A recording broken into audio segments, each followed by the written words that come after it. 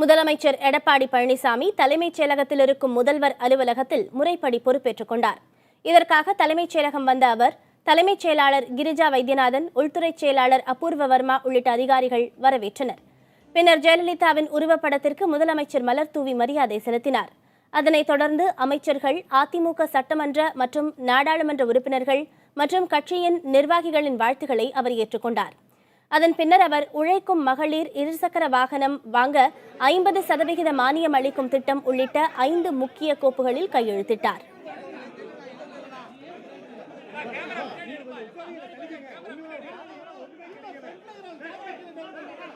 உழைக்கும் மகளிருக்கான இருசக்கர வாகன மானிய திட்டத்தை நடைமுறைப்படுத்த முதலமைச்சர் எடப்பாடி பழனிசாமி உத்தரவிட்டிருக்கிறார். இது தவிர தமிழகத்தில் மேலும் 500 மதுக்கடைகள் மூடப்படும் என்றும் அவர் அறிவித்துள்ளார். முதல் அறிவிப்பு, 1,00,000 மகளிருக்கு அம்மா இருசக்கர வாகன திட்டம்,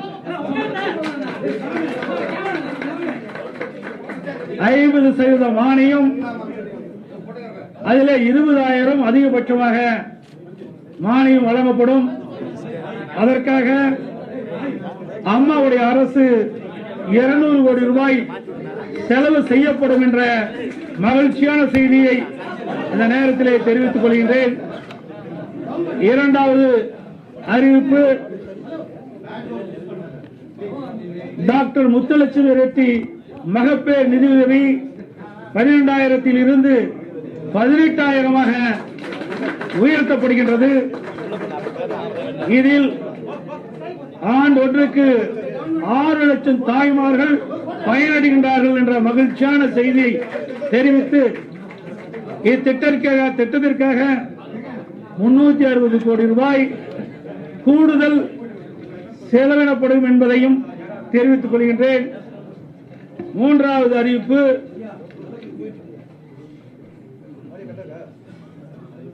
மீனவர்களுக்கு வீடு கட்டும் திட்டம்,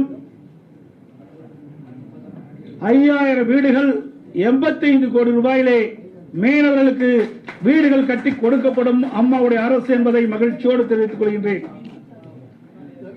நான்காவது அறிவிப்பு, வேலையற்ற இளைஞர்களுக்கு மாதாந்திர உதவித்தொகை 2 மடங்குகளாக அதிகரிக்கும் என்ற தேர்தல் அறிவிப்பினை செயல்படுத்த ஆணையிடப்பட்டுள்ளது.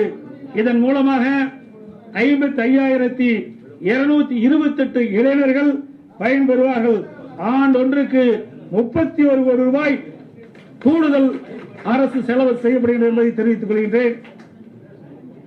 மதுவிலக்கு படிப்படியாக அமுல்படுத்தப்பட்டு பூரண மதுவிலக்கு என்ற நிலை ஈடும் என்பது மாண்புமிகு அம்மாவின் திடமான கொள்கையாகும்.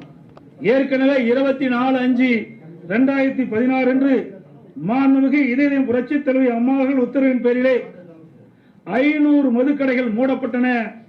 இன்றைய தினம் மாண்புமிகு அம்மா அவருடைய அரசு மதுவிலக்கு கொள்கையை முன்னெடுத்து செல்லும் வகையில் மேலும் 500 மதுபான கடைகள் மூடுவதற்கு உத்தரவிடப்படுகிறது என்பதை தெரிவித்துக் கொள்கின்றேன்.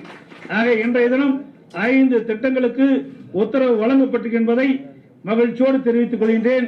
இதயம் புரட்சித் தலைவி அம்மா அவர்கள் 2016 சட்டமன்ற தேர்தலிலே கழகத்தின் சார்பாக அறிவிக்கப்பட்ட அந்த அறிவிப்புகள் இன்றைக்கு நடைமுறைப்படுத்தப்பட்டு வருகின்ற மகிழ்ச்சியான செய்தி இந்த தருணத்தில் தெரிவித்துக் கொள்கின்றேன்.